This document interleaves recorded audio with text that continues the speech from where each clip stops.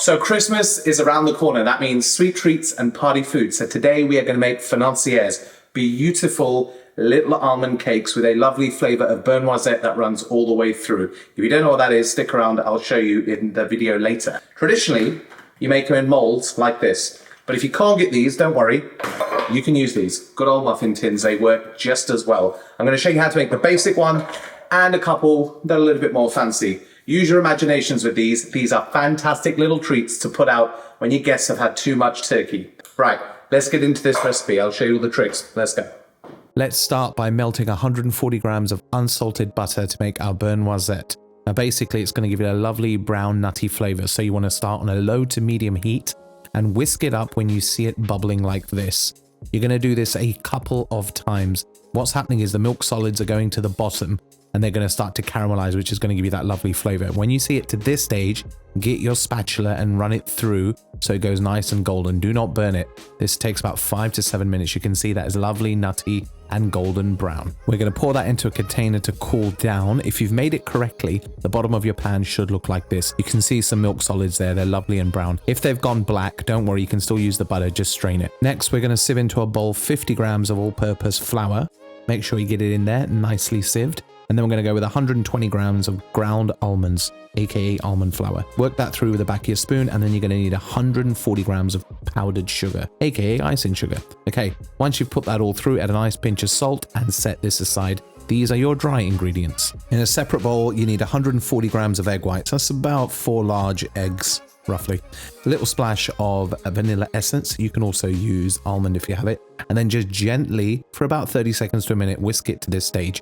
Then you're going to add in your dry ingredients. You're going to incorporate that through for about 10-20 seconds and then put in that lovely beurre noisette. Make sure you mix this all through, no lumps, doesn't take long at all. And there you have a beautiful financier batter. Now we're going to put it into a piping bag. If your piping bag is like mine and has a hole in the bottom, put a clip in. Put this into a little deli container so it stays upright. Give your mix a nice little mix just to make sure there's no lumps. Put it through into your piping bag.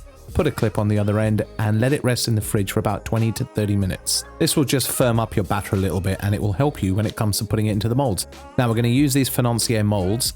Be confident, fill them halfway up as they will rise and just do it all in one fluid motion. Now traditionally they're a little bit thinner, not quite as high as these, but I like a chunky financier.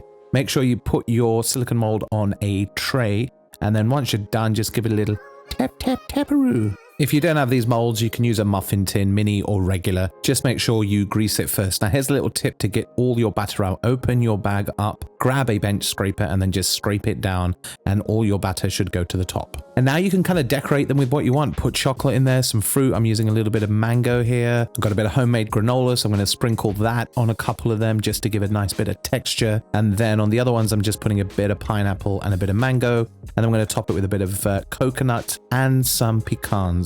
Lovely, lovely. You can also just leave these plain. They have a beautiful crisp exterior once they're baked. Absolutely delicious. Now we're going to bake that for 15 to 20 minutes at 200 degrees C or 400 Fahrenheit.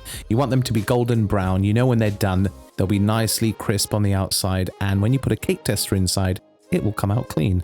Just like this. Let them cool down for about 5 minutes and then just pop them out of the mold onto a little rack to cool off a little bit if you're not going to smash these straight away. I recommend eating them ASAP. And there you have basic financiers, absolutely beautiful, a true classic. I'll just show you what one looks like in the inside.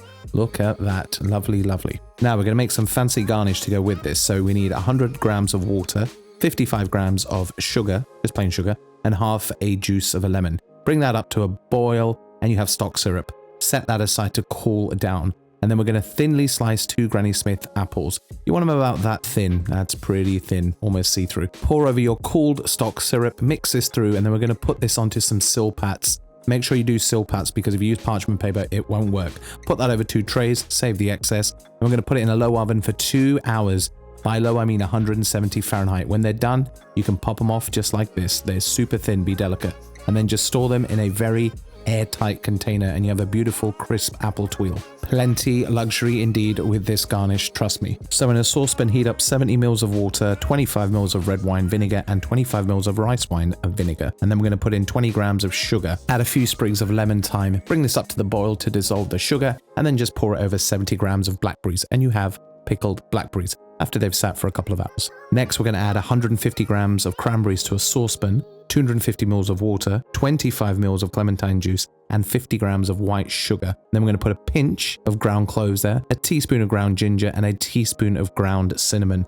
And then we're going to put a lovely splash of amaretto, about 25 ml. Mix that through. Then we're going to cover and simmer for about 3 minutes or so. We basically want these cranberries to start popping and releasing their pectin. Okay, give it a good little stir. Add 3.5 grams of agar-agar. This is going to help us with our gel. Mix this through and then let it boil like this for about 2 minutes. Okay, once that's done, we're going to pour that into a container and blitz it up. I recommend a stick blender. Once it's nice and blended, pass it through a sieve into a shallow container like this. Make sure there's no pips or seeds. And then put this in your fridge to firm up. Should take about an hour or two. You know when it's done, when you can do this. Okay, then you're going to put this into a blender, blitz this up, and you have a lovely spiced cranberry fluid gel. Look at the color of that. Santa would be happy indeed. Those garnishes are completely optional, but sometimes it's nice to be a little bit fancy. Okay, and then just plate these up. We're going to put a few blobs of our fluid gel there. Look at that, looks gorgeous. Then we're going to add our pickled blackberries. Just put them on with some tweezers. If they're a bit big, you can cut them in half, just like I've done with that end piece.